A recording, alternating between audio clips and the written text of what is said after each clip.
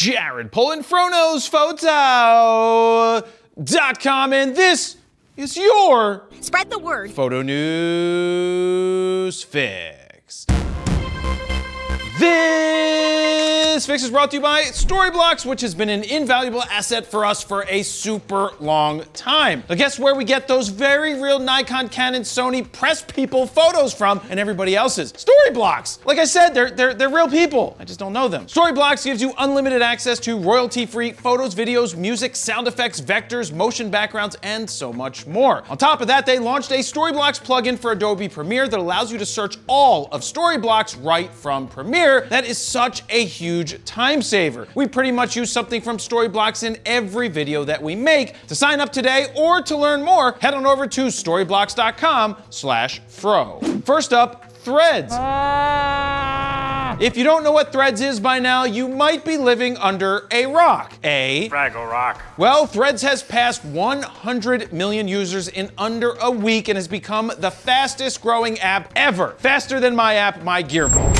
The reason I bring this up is because Threads is an Instagram product, and Instagram is a Facebook product, aka Meta, which I won't even call it Meta because it's really Facebook. And since it sort of has something to do with photography because you can post images and videos there, I'm gonna talk about it. Threads, for all intent and purposes, is Twitter, but more stripped down at the moment, and it's also built open source. All you needed to do to create an account was already have an Instagram account. From there, you had the option to follow everyone you already followed on Instagram, and bam! I've got over 25,000 followers now. New social networks generally fail because they are wastelands and no one wants to go there and start over again. Now, Instagram has 2 billion users. Not every one of them gets access to Threads just yet, but when the majority of them, all they need to do is hit a button and they get going, yeah, that's how you get 100 million users quickly. Now, in terms of the app, I personally hated Twitter and I stopped using it, and I might use Threads a little from time to time, but I don't want to get sucked into another time suck. I'd rather go out into the real world and search that and interact with people there. Now, how about you? Will you be using it?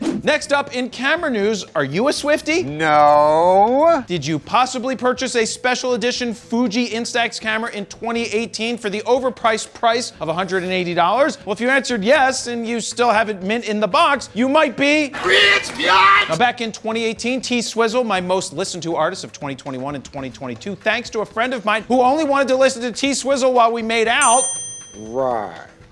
Fine, we made out like once or twice, and the rest of it was me listening and crying over it for 2 years. You happy now? Anyway, my future ex-girlfriend, Taylor, well, she designed a square Instax camera that was no different than a regular one, but of course, anything with her name on it tends to sell. Now, speaking of selling, there's at least one eBay listing showing a sold unit for a whopping $1,800. Man, I wish I knew who bought that camera so I could make fun of them.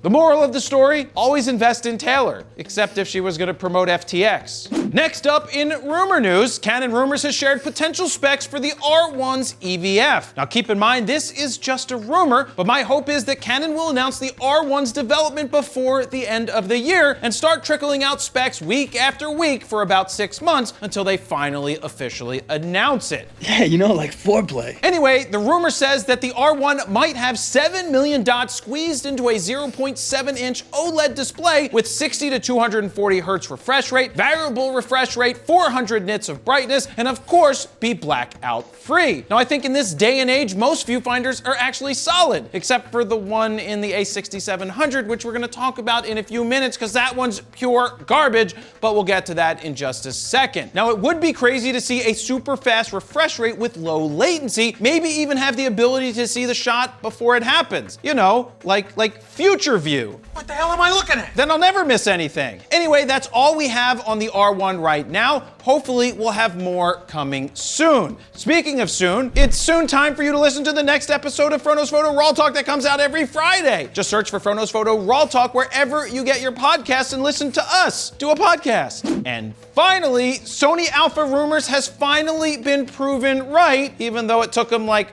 4 years of saying that the A6700 was coming for it to actually come. Come, baby, baby, baby, baby, come, come. Got to give me lovin' cause I got to have me some. That's right, this is Sony's flagship, you know, cause it's their top of the line crop sensor camera. And that's my words, cause Sony says that it's not a top of the line camera, but it is a crop sensor camera. Now, I was lucky enough to take the A6700 to 2 Phillies games. One was a home game and one was in Chicago at Wrigley Field. I also was able to take it to a soccer game as well as to Las Vegas, where I photographed something called Slam Ball. You can check out my full preview of the A6700 at the link below, but wait to do it until after Photo News Fix. The camera sports a brand new 26 megapixel BSI APS-C size sensor, which is the same one found in the FX30. The ISO ranges from 100 to 32,000 natively, and with good glass, held up fairly well at 5,000 and beyond. Now, in terms of frame rates per second for stills, you get 11 with the mechanical and 11 with the electronic, so you're not gaining any extra frames per second like with Canon's R7, which gets you 15 mechanical and 30 frames per second with the electronic. Oh yeah, here's what a baseball bat looks like with the electronic shutter from the A6700. A boomerang.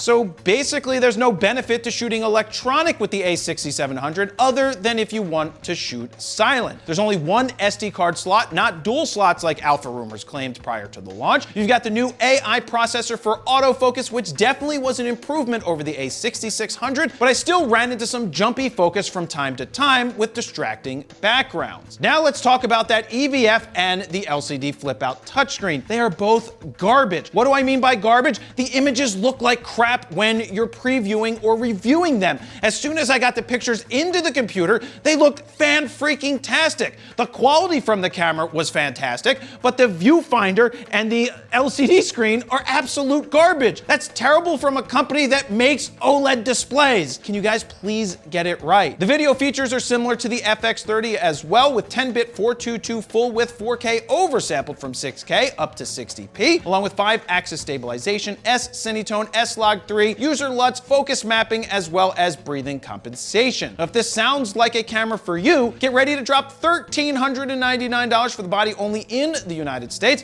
and a whopping 6 billion Canadian dollars for those living north of the border A. F you, buddy. Will you be getting one? Because I know I won't, because I'm full frame or bust. And there you have it, Jared, Polin, FroKnowsPhoto.com.